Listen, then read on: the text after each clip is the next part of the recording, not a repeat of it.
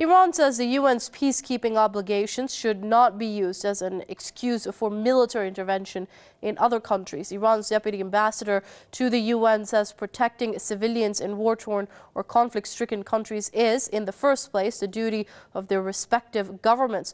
Ghulam Hossein Dehghani says the UN should play an impartial and dynamic role in its peacekeeping missions. He says the world body must adopt a policy of deterrence in areas prone to violence instead of paving the way for foreign intervention. The Iranian envoy says the United Nations and other global and regional institutions should act under the 8th chapter of the UN Charter. He says any deviation from peacekeeping principles will undermine the United Nations' international image and position. The war on free speech continues non-stop, with European satellite giant Eutelsat and its Israeli CEO stepping up their campaign against Press TV and other Iranian channels. The campaign has helped to reveal the true face of Western countries who've always preached respect for human rights and free speech while practicing exactly the opposite. Here's a report. It's been reported that Eutelsat's Israeli-French president, Michel de Rosen, is appealing to major satellite providers in Europe and Asia to take Press TV off the air. De Rosen has referred to EU sanctions on the president of the Islamic Republic of Iran Broadcasting as an excuse for banning Iranian channels. But the EU's foreign policy chief spokesperson, Michael Mann, has confirmed to Press TV in an email that EU sanctions have got nothing to do with the ban on Iranian media outlets. Earlier, one of the main pro-Israeli lobby groups in the US, the American Jewish Committee, praised Eutelsat's sister company Hispasat for taking Iran's English-language news channel Press TV and Spanish-language Hispan TV off the air. The Iranian channels have already been targeted by other European satellite providers, Eutelsat and Hotbird. Hispasat is partly owned by Eutelsat, whose CEO is blamed for the recent wave of attacks on Iranian media in Europe. Of world media. Thankfully, Press TV gives voice to the voiceless like myself, and they don't like it. I mean, Press TV puts out some extremely controversial pieces that expose the underbelly of Western censorship. The censorship is actually happening in my society.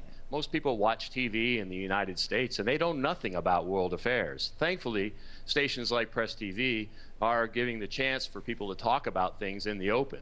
Iranian international broadcasters have tried to offer a balanced view on developments around the world. Press TV, for its part, has given full coverage of the popular uprisings in the Middle East and North Africa, including in Bahrain, where a popular revolution has been harshly repressed by a Western-backed regime. Press TV has fully covered anti-austerity protests in Europe, particularly in Britain, along with news analysis programs that have taken an in-depth look at the root causes of the widespread anger at the economic situation in European countries. The English-speaking channel's coverage of the British protests, as well as the costly royal ceremonies in the country, has reportedly angered some decision-makers in London. Britain's media regulator Ofcom was the first authority to ban Press TV, followed by Germany.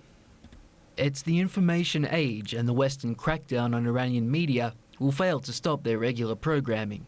However, the European satellite company's subservience to Israeli policies sounds the alarm bell that an era much publicised by Europeans as one of free speech has come to an early and embarrassing end. Tunisia's prime minister resigns amid a deepening political crisis in the country. Hamadi Jabali announced his resignation after meeting with President Monsef Marzouki earlier on Tuesday. The decision came after the ruling Nahda party rejected Jabali's plan to form an independent cabinet of technocrats. Jabali had warned last week that he would resign if he failed to muster a consensus on his plan. He was appointed prime minister in December 2011 but was forced to dismiss his cabinet after the assassination of an opposition leader. The killing sparked political unrest earlier this month, with the opposition accusing the ruling party of having been involved in the murder.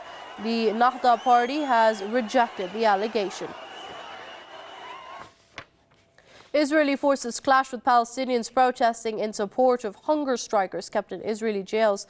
The Israeli regime soldiers fired tear gas and used sound grenades to disperse the demonstrators in the West Bank town of Hawara. They also clashed with protesters in Al Khalil, also known as Hebron. Hundreds of prisoners have also said they're refusing to eat for a day in a show of solidarity with the Palestinian inmates on hunger strike.